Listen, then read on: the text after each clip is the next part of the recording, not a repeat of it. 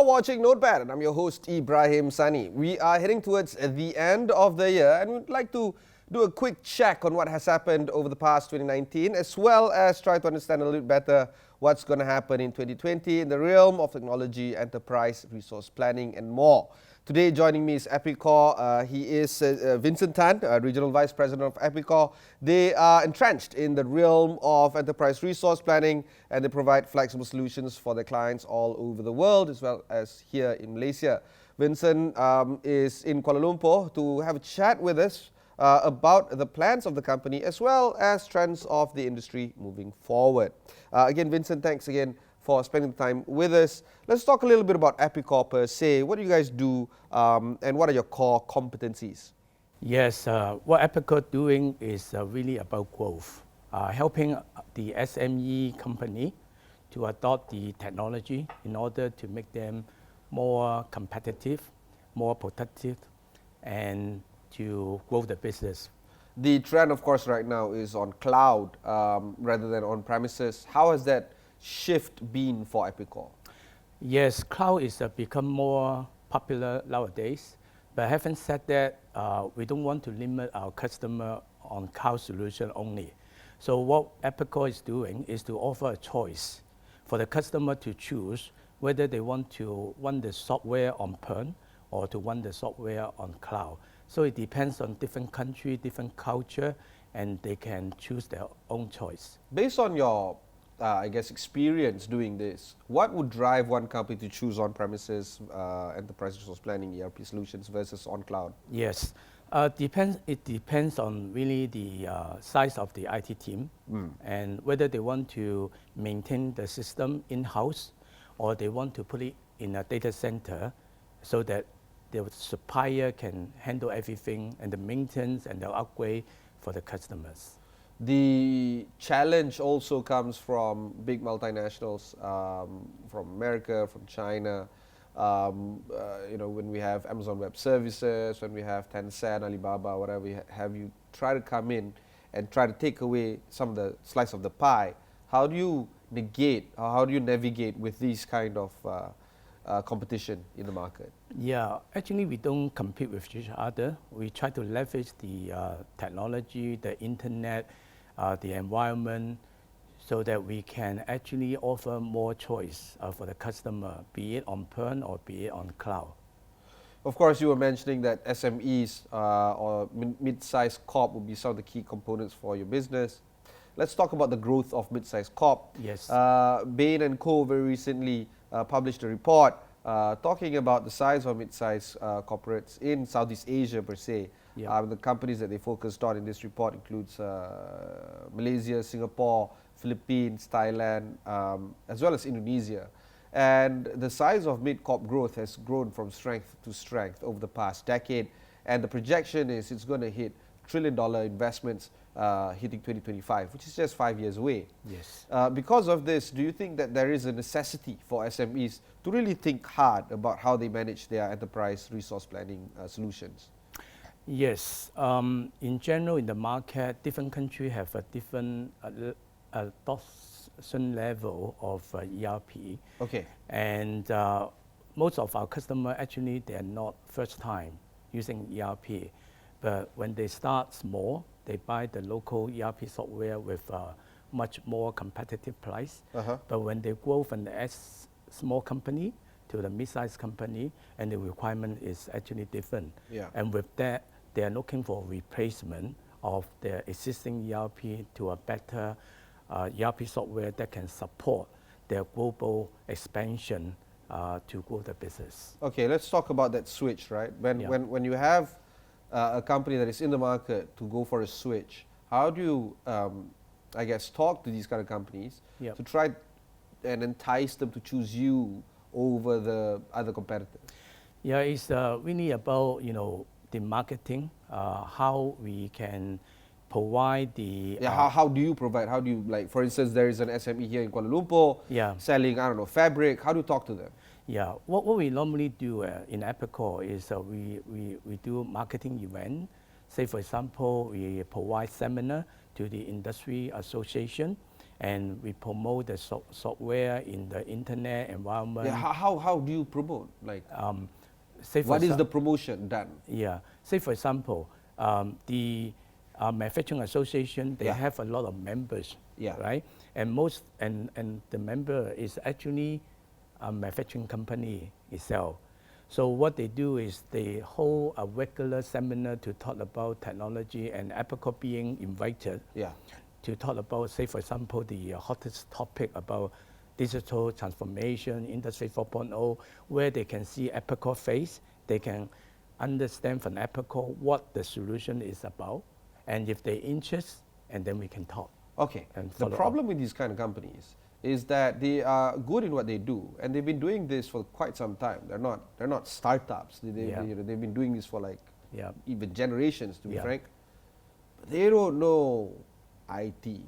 Yep. They don't know, let alone Industry 4.0 and all the other jazz, right? They Yep. don't know how to set up their own emails. Yep. How do you cross that bridge from this brick and mortar company mindset to a technologically savvy company? Yeah, that is a great question.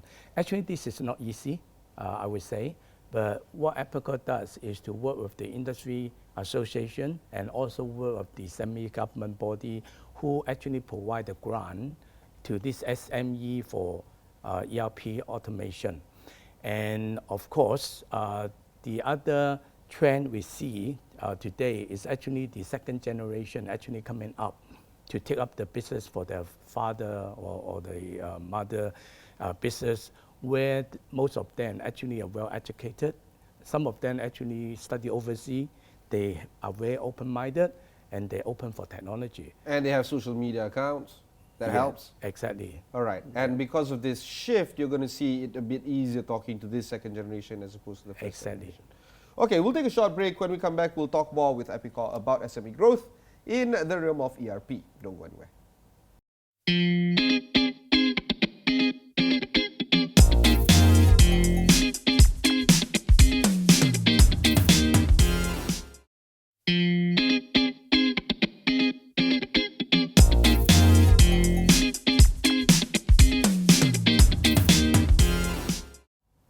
Thanks for staying on with us. We are speaking with Epicor, a company coming in from Hong Kong, but they are global in their business. We're talking about enterprise resource planning, particularly in the realm of SMEs.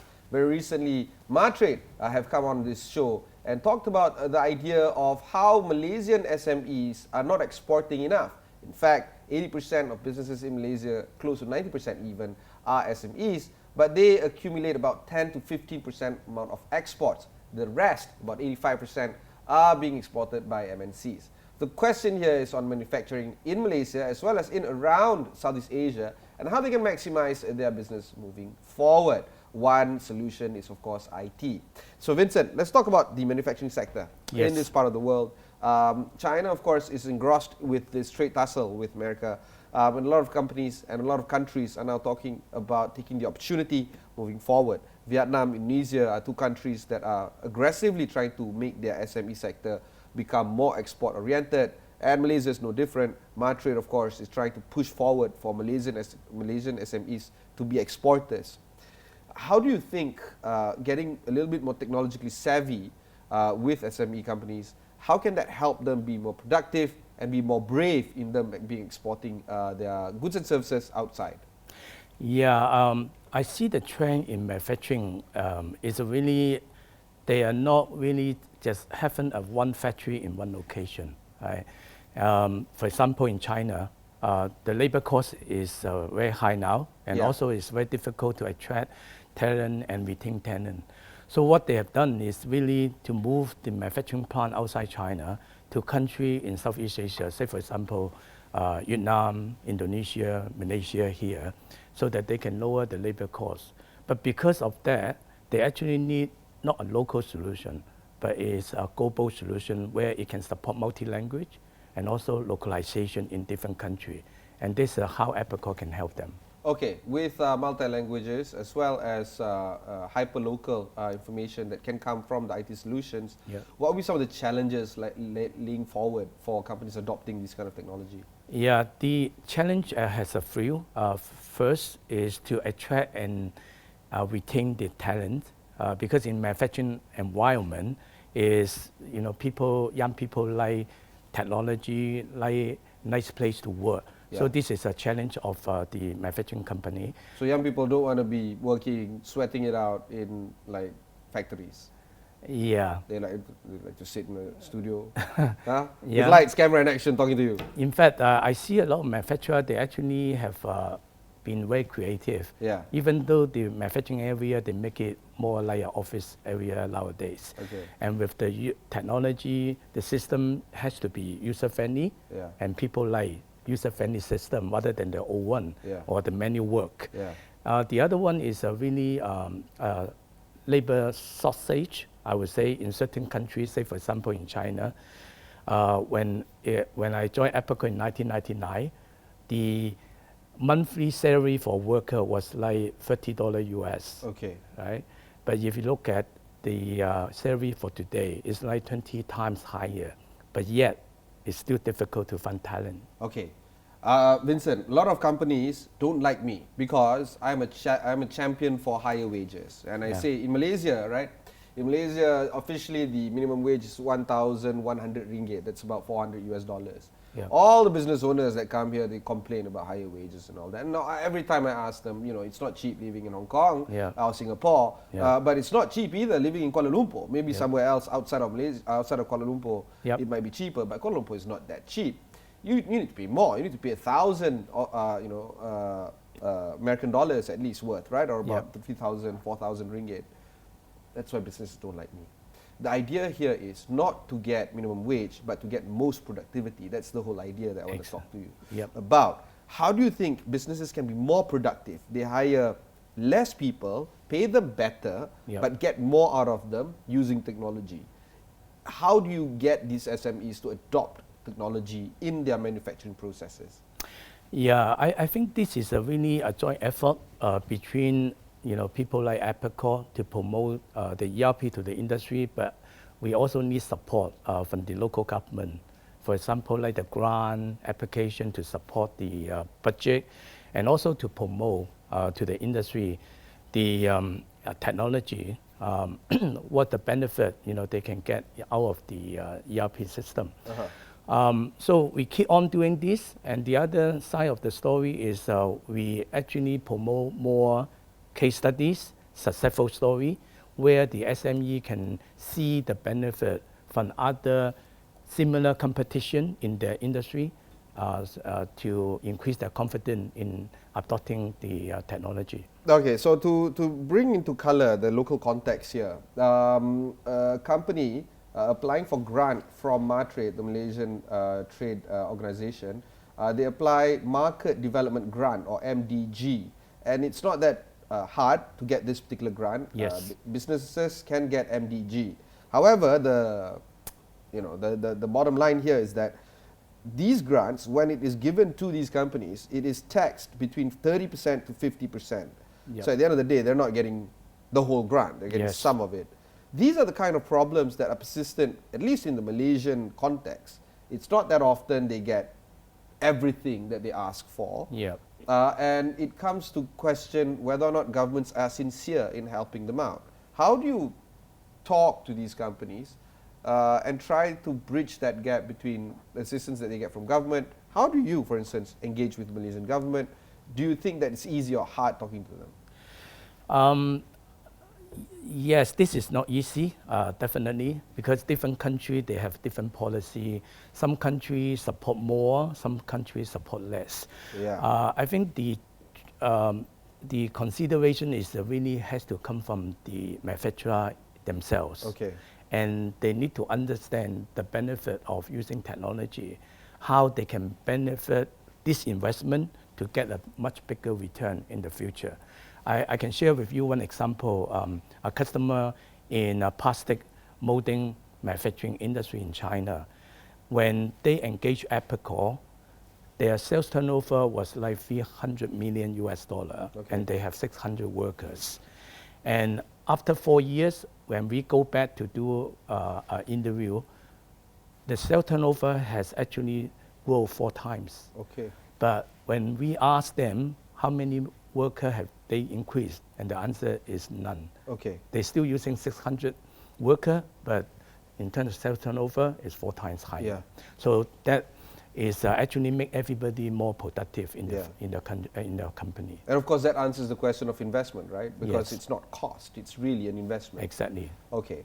This is a company. The company that you use as a case study. Yep. They are, I guess, brave enough to actually embark on this particular journey. Not all countries and not all companies in all the countries that you operate in is, Yep. I guess, bold enough or brave enough to actually execute this kind of investment. Yep. What's holding them back, you think? Is it psychological issues? Or just they can't see the uptick? I think it's really the mindset, really. Yeah, because most of the manufacturer, they start small, and they could grow the business without the technology in the old days. Yeah. All right, and that's why it's important for us to continue to promote this case study and work with the industry association and get in touch with the second generation who are more open-minded, who are more technology-oriented. Yeah. So find people with Facebook accounts and talk to them more. Yes. Fantastic. We'll take a short break. When we come back, we'll discuss the trends moving forward for 2020.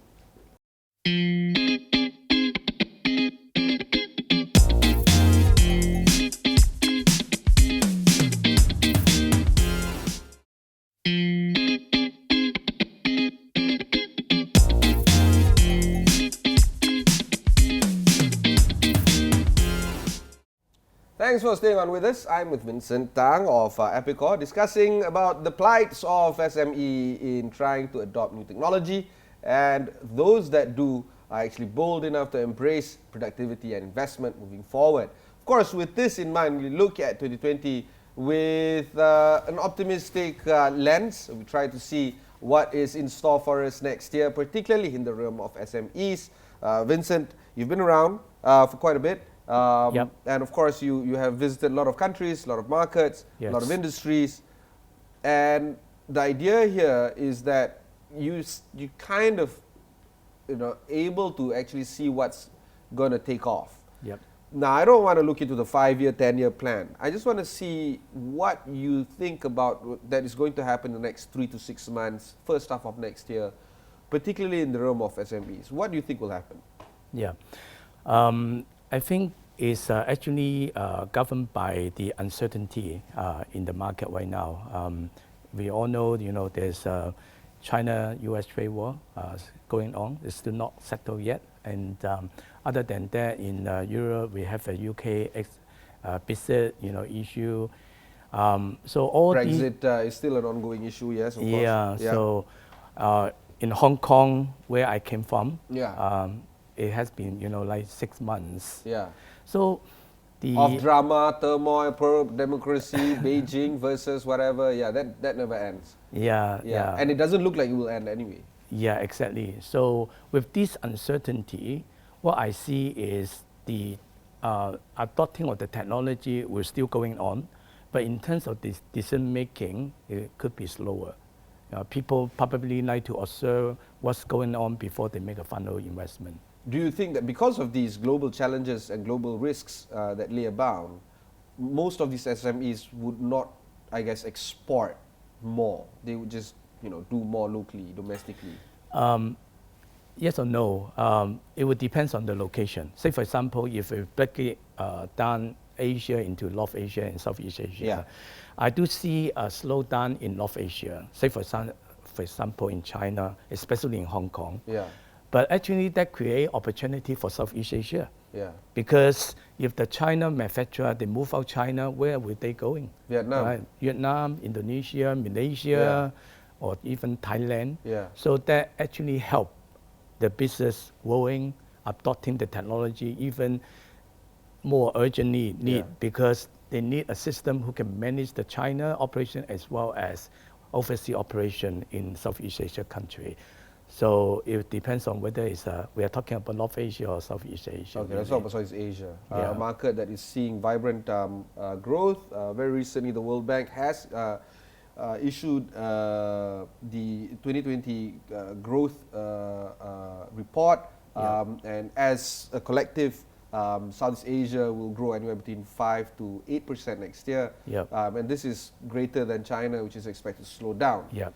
And because there's a lot of growth coming in from Southeast Asia, Yes. do you think that the markets for export still remains competitive if SMEs in Malaysia start thinking about exporting to Europe or America? Yep. Those are the next frontier that Malaysian SMEs should target. Yep. Is that a possibility for them to do so in the first half of next year? Yes, definitely. Yeah, yes, I do think like this. In fact, if you look at Epicor business in FY19, actually Southeast Asia continue to have a double-digit growth.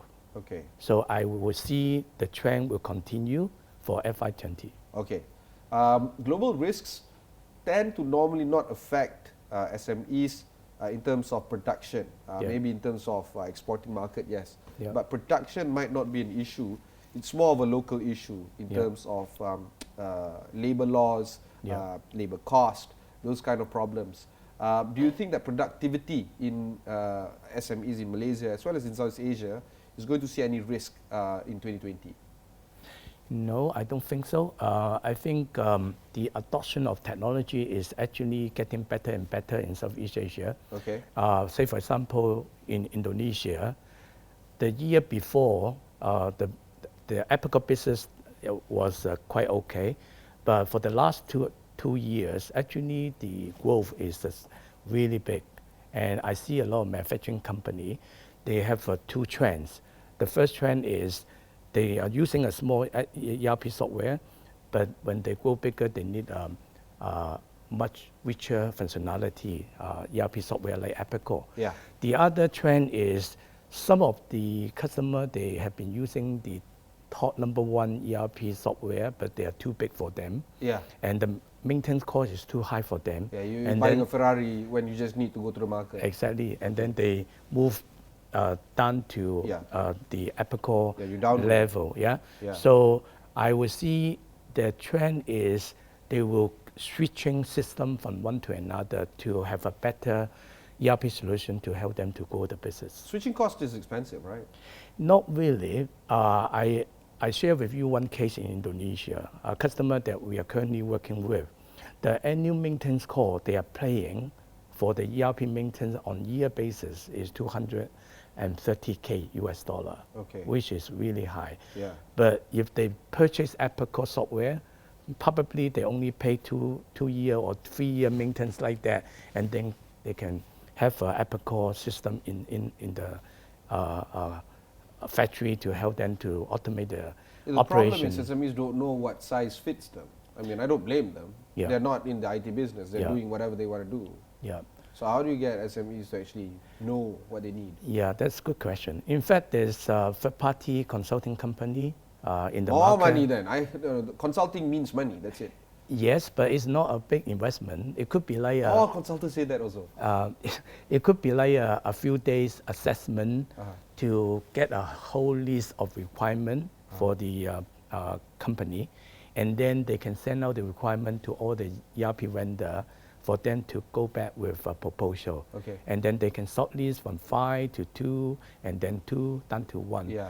But it will definitely help. It's a small money investment, but it will help for the non-ERP people who can choose. It's just plain logic. If I don't know anything about it, get a consultant, tell me what I can know about it. Yeah. Fantastic. All right.